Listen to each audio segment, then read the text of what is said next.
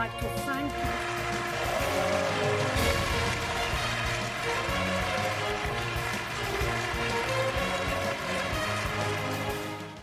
नमस्कार, स्वागत है आपका चुनाव आज तक पर। मैं हूं आपके साथ प्रियंका दुबे। यूरोपीय आयोग के अध्यक्ष उर्सुला वोन डेर लेयन को दूसरी बार 5 साल के लिए आयोग के अध्यक्ष के तौर पर चुन लिया गया है। गुरुवार को यूरोपीय संसद में हुए मतदान में सांसदों ने उर्सुला वोन के नाम पर मुहर लगाई।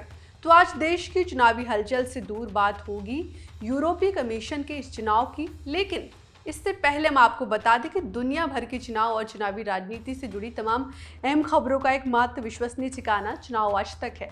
इसलिए अगर आपने हमारे चैनल को सब्सक्राइब नहीं किया तो चैनल सब्सक्राइब जरूर कर लें, साथ ही हमारे वीडियोस को लाइक करना बिल्कुल भी ना भूलें।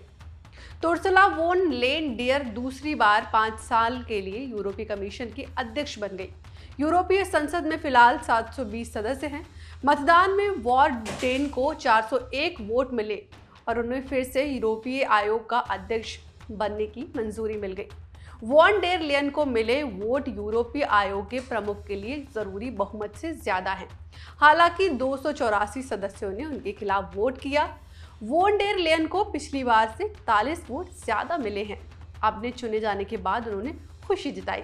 उन्होंने क्या कहा, ये सुनते हैं। I cannot begin without expressing how much I am grateful for the trust and the confidence of the majority of the European Parliament. 401 votes in favour. You recall last time it was 8 votes above the necessary majority. This time it's 41. Germany के इस conservative नेता ने कहा था कि वह समाज में ध्रुवीकरण को कभी भी स्वीकार नहीं करेंगी। मैं कभी भी तानाशाहों और चरमपंथियों को यूरोपीय जीवन शैली को खत्म करने नहीं दूंगी। मैं आज यहाँ इस संसद में सभी लोकतांत्रिक ताकतों के साथ मिलकर इस जंग का नेतृत्व करने के लिए तैयार हूँ। पीएम नरेंद्र मोदी ने भी शुक्रवार को उर्सुला वोन को बधाई दी। प्रधानमंत्री मोदी ने पोस्ट कर कहा कि उर्सुला वोन यूरोपीय संघ के कार्यकारी अध्यक्ष की तौर पर फिर से चुने जाने पर उनको बधाई। पीएम मोदी ने आगे कहा कि उन्हें वैश्विक बेहतरी के लिए भारत और यूरोपीय संघ की रणनीति साझेदारी मजबूत करने के लिए वॉन डेर लेयन के साथ काम करने का इंतजार है। हम आपको बता दें कि वॉन डेर लेयन दिसंबर 2013 में जर्मनी की रक्षा मंत्री बनी। वो जर्मन इतिहास की पहली महिला रक्षा मंत्री थी।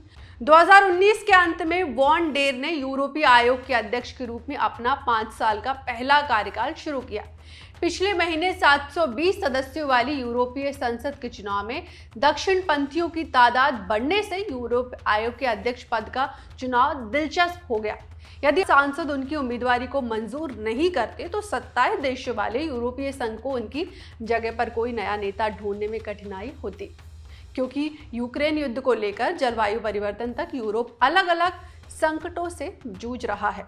यूरोपीय संसद में अपने भाषण में उर्सुला वॉन ने कहा था कि यूरोप का भाग्य इस बात पर निर्भर करता है कि हम आगे क्या करते हैं।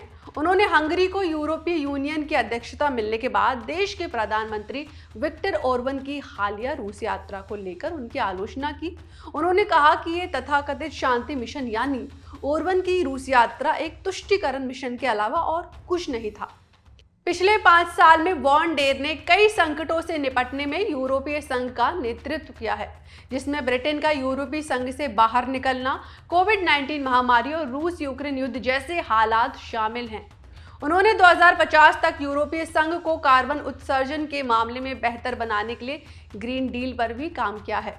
यूरोपीय संसद दरअसल यूरोपीय लोगों और यूरोपीय संघ की संस्थाओं के बीच संपर्क स्थापित करने की सीधी कड़ी है। ये दुनिया की अकेली सीधी चुनी हुई इंटरनेशनल सभा है जिसमें संसद में सदस्य यूरोपीय संघ के नागरिकों के हितों की बात करते हैं। मेंबर ऑफ यूरोपियन यूनियन सदस्य देशों की सरकारों के साथ मिलकर नए नए कानून बनाते हैं। वे ग्लोबल मुद्दों पर फैसला लेते हैं, जैसे क्लाइमेट चेंज और रिफ्यूजी पॉलिसी। वे यूरोपीय यूनियन का बजट भी तय करते हैं। अभी के लिए मेरे साथ फिलहाल इतना ही। बाकी की तमाम खबरों के लिए आप देखते रहिए चुनाव आज तक। ये वीडियो पसंद आए तो लाइक करें, साथ ही हमारे चैनल को सब्सक्राइब करना बिल्कुल भी ना भूलें। नमस्कार।